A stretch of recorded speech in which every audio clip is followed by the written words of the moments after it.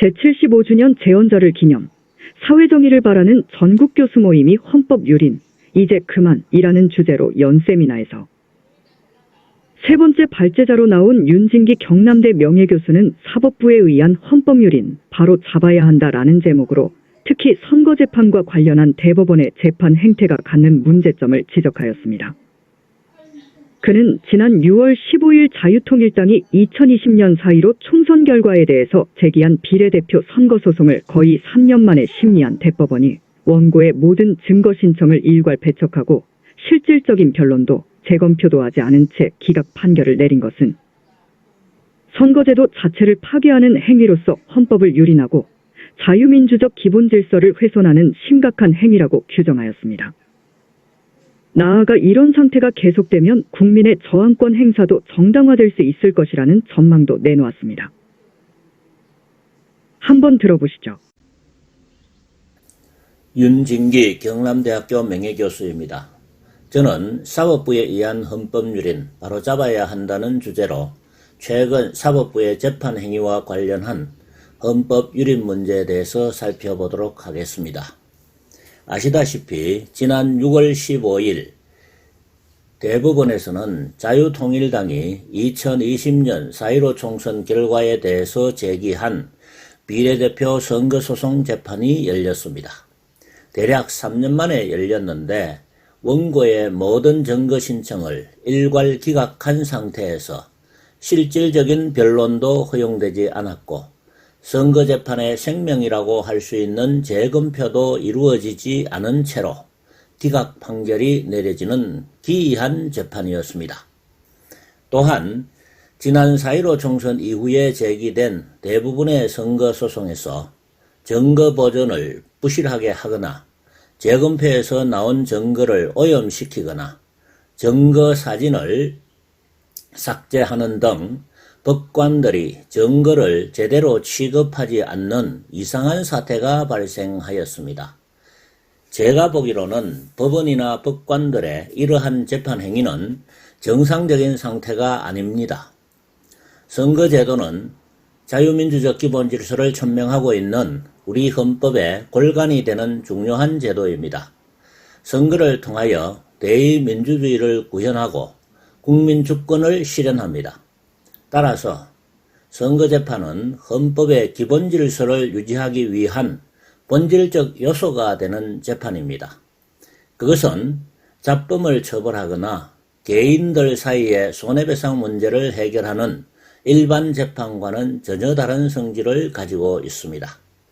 이런 선거재판에서 증거가 제대로 취급되지 않고 아예 증거가 되는 투표지 재검표도 하지 않고 재판을 종료하는 것은 선거제도 자체를 파괴하는 행위로서 헌법을 유린하고 자유민주적 기본질서를 훼손하는 심각한 행위라고 생각됩니다.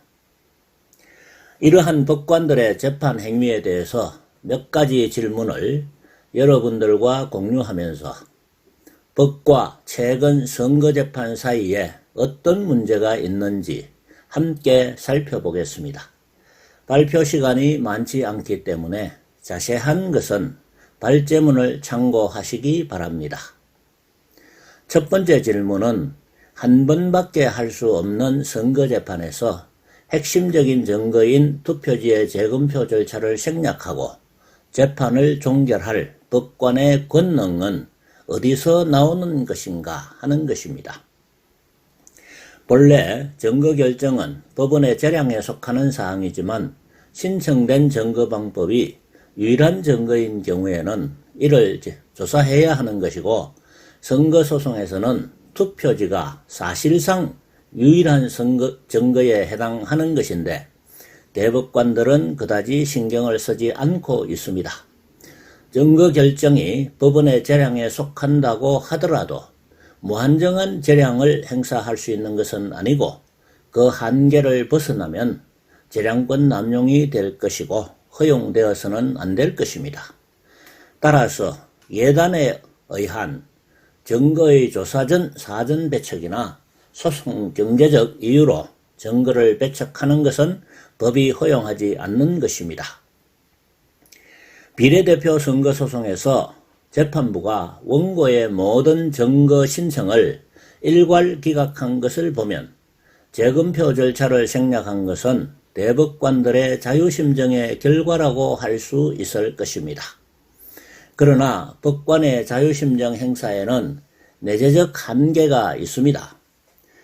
형사소송에서 자유심정주의는 법관의 심정 형성은 증거 자료를 최대한 활용한 것이어야 하고 논리법칙과 경험법칙에 위배되지 않아야 한다는 내재적 한계를 가지고 있습니다. 민사소송에서는 사회정의와 형평의 이념에 입각하여 논리와 경험의 법칙에 따라야 하는 내재적 한계를 법에 명시하고 있습니다. 어느 경우이든 내재적 한계를 일탈한 자유심정도 말은 위법이라고 지칭되지만 기본적으로는 상소나 상고 이유가 될 뿐이고 그것 때문에 법관이 단죄되지는 않습니다. 기본적으로 삼심제도에 의하여 바로잡습니다. 행정소송법과 민사소송법이 준용되는 선거소송에서도 마찬가지입니다. 이런 법리 때문에 일반적으로 법관들이 재판에서 증거 결정을 마음대로 하고 증거를 함부로 다루어도 누가 어찌할 수 없습니다. 법관들은 이런 권능을 가지고 있습니다. 이것은 재판이라는 업무의 특성상 인정할 수밖에 없는 것이기 때문에 법관이 자유심정의 내재적 한계를 벗어나도 처벌하지 않는 것입니다. 그러나 여기까지입니다. 만약 자유심정의 내재적 한계를 조금 벗어나는 것이 아니고 현저히 벗어나면 사정이 다릅니다. 그러나 이 문제는 학계나 법률가들이 깊이 다루고 있지는 않는 것 같습니다. 비록 법관의 자유심정이라고 하더라도 그것이 내재적 한계를 현저히 일탈하여 행사된 경우에는 그것을 처벌하는 것이 법입니다. 일반적으로 법관이 자유심정의 내재적 한계를 현저히 일탈하고 나아가 다른 금지 규정을 위반하면 범죄를 구성할 수 있습니다. 예를 들어 법관이 뇌물을 받고 자유심정의 내재적 한계를 현저히 일탈한 판단을 한 경우에는 수뢰죄와 직권남용죄 또는 수뢰 후 부정처사죄 등이 성립될 수 있을 것입니다. 따라서 법관이 자유심정의 내재적 한계를 현저히 일탈하여 자유심정을 행사하면 그것은 통상적인 자유심정의 법리로 다룰 수 없는 것입니다. 저는 자유심정의 내재적 한계와 관련하여 허용된 한계의 일탈과 현저한 한계의 일탈로 구분하여 그 취급을 달리해야 할 필요가 있다고 생각합니다. 허용된 한계의 일탈은 상소나 상고 이유가 되는 정도에 그치지만 현저한 한계의 일탈은 그 자체로 직권남용이 되거나 다른 금지 규정을 위반한 경우에는 범죄가 되며 처벌의 대상으로 삼을 수 있다고 생각됩니다. 허용된 한계의 일탈을 넘어서는 내재적 한계 일탈의 현저성 개념은 구체적 사안에 따라 그 정도에는 차이가 있을 수 있지만 자유심정의 내재적 한계를 논함에 있어서 중요한 법적 가치 판단의 기준이 될 수 있을 것입니다. 내재적 한계를 현저히 일탈하여 행사된 자유심정은 처벌되어야 합니다. 평생 재판을 해온 대법관들이 선거소송에서 증거인 투표지를 무력화시키면 헌법의 골간이 되는 선거제도가 무력화된다는 것을 모를 리 없고 자신들이 자유심정주의를 등에 업고 선거소송의 핵심 증거들을 모두 기각해도 시비를 걸기가 쉽지 않다는 것을 모를 리 없을 것입니다. 이런 점에서 그들의 행위는 더 비난 가능성이 크다고 할 수 있습니다. 또 보기에 따라서는 교활하다고 볼 수도 있을 것입니다. 선거소송에서 증거를 무력화시키면 헌법의 골간이 되는 선거제도가 무력화된다는 것은 특별한 지식이 아닙니다. 이런 상황에서 선거소송의 핵심 증거들을 모두 기각하는 행위는 논리법칙이나 경험법칙에 현저히 위배되는 것이고, 나아가 법관의 심정 형성은 증거 자료를 최대한 활용한 것이어야 한다는 기본적인 자유심정주의의 내재적 요청에도 현저히 반하는 것입니다. 이러한 내재적 한계를 현저히 벗어난 자유심정의 행사는 자유심정의 남용으로 보아야 하고, 허용된 자유심정의 내재적 한계 일탈을 처벌하지 않는 것과는 달리 직권 남용으로 처벌하는 것이 마땅할 것입니다. 이러한 법리를 종합하면 선거재판에서 핵심적인 증거인 투표지의 재검표 절차를 생략하고 재판을 종결할 법관의 권능은 법의 어디에도 없습니다. 법관들은 그러한 권능을 가지고 있지 않습니다. 두 번째 질문은 이런 재판을 허용하는 것이 과연 합리적인가 하는 것입니다. 당연히 이런 재판은 허용되어서는 안 됩니다. 선거재판에서 투표지를 보지도 않고 재판하는 것이 허용되면 대한민국에 선거제도는 없습니다. 민사소송에서는 형사소송보다 증거를 다소 느슨하게 취급하는 측면이 있고, 선거소송에서 행정소송법과 민사소송법을 준용한다고 해서 핵심적인 증거까지 느슨하게 취급할 수 있는 것은 아닙니다. 오히려 선거소송에서는 증거가 무겁고 신중하게 취급되어야 할 것입니다.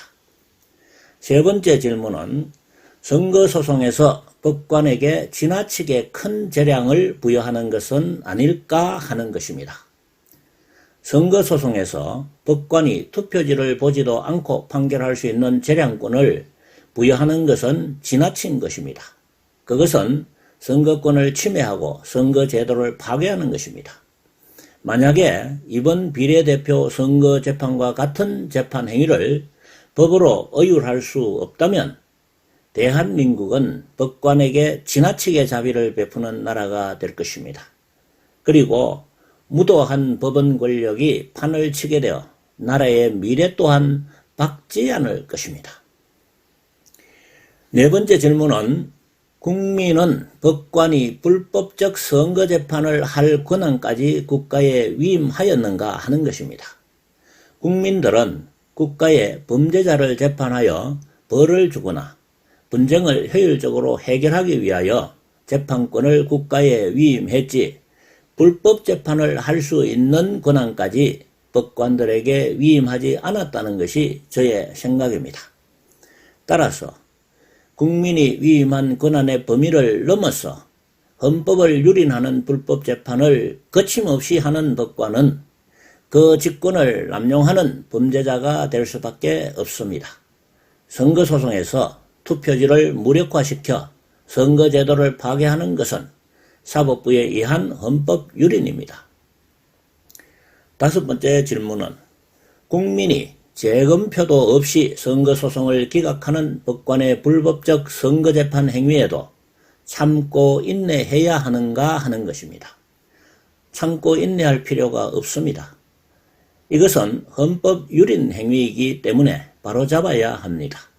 지금은 합법적인 구제 절차가 진행 중이기 때문에 합법적인 수단으로 바로잡히면 다행이지만 그게 되지 않으면 다른 수단을 통해서 바로잡아야 할 것입니다. 선거소송에서 투표지를 무력화시켜 선거제도를 파괴하는 것은 국민을 무시하는 행위이며 국민에 대한 전면적인 도전으로 생각됩니다. 결코 가볍지 않습니다. 여섯 번째 질문은 재검표도 없이 선거소송이 기각되는 불법적인 선거재판이 앞으로도 계속 지속될 것이 명확하다면 대한민국 국민은 이를 계속 참고 인내해야 하는가 하는 것입니다. 이를 승인한다면 대한민국에서 선거제도는 형해화되고 국민들의 선거권은 짓밟혀서 무의미하게 되며 국민주권의 토대를 이루는 선거제도를 골간으로 하는 헌법의 자유민주적 기본 질서는 사라질 것입니다. 저항하지 않으면 수용하는 것입니다. 재검표 없는 선거재판이 이 나라에서 계속되는 것을 수용할 수 없기 때문에 국민은 저항권을 행사할 수밖에 없습니다. 저항권은 국가 권력에 의하여 헌법의 기본 원리에 대한 중대한 침해가 행하여지고 그 침해가 객관적으로 명백하고 다른 합법적인 구제 수단으로는 목적을 달성할 수 없을 때에 마지막 헌법 보호 수단으로 행사하는 것입니다. 저항권 행사 요건이 갖추어지면 국민이 실력으로 자신의 권리와 자유를 지킬 수 있습니다. 저는 개인적으로 재검표도 없이 선거소송이 기각되는 불법적 선거재판이 앞으로도 계속 지속될 것이 명확하게 될 때에 저항권 행사의 요건이 갖추어지게 된다고 생각합니다. 저항권 논의의 실익은 저항권의 실력 행사에 참여한 국민들의 법적 책임을 면제해 주는 데 있기 때문에 국민 주권의 토대를 무너뜨리는 불법 재판 행위에 저항하는 국민들의 실력 행사에 수반하여 발생할 수 있는 최소한의 법 위반 행위에 대해서는 민형사상의 책임을 면제하는 것이 당연합니다. 국민 주권 회복을 위해서는 저항권을 행사해야 하지만 사법혁명으로 나아가는 것은 국가적 불행이며 피해야 할 것입니다. 지금은 합법적 수단을 통하여 바로잡는 절차가 진행 중이기 때문에 표현의 자유 및 집회결사의 자유를 이용하여 국민들이 목소리를 높여 검찰이 제대로 수사를 하게 하고 헌법재판관들이 바른 판단을 하게 해야 합니다.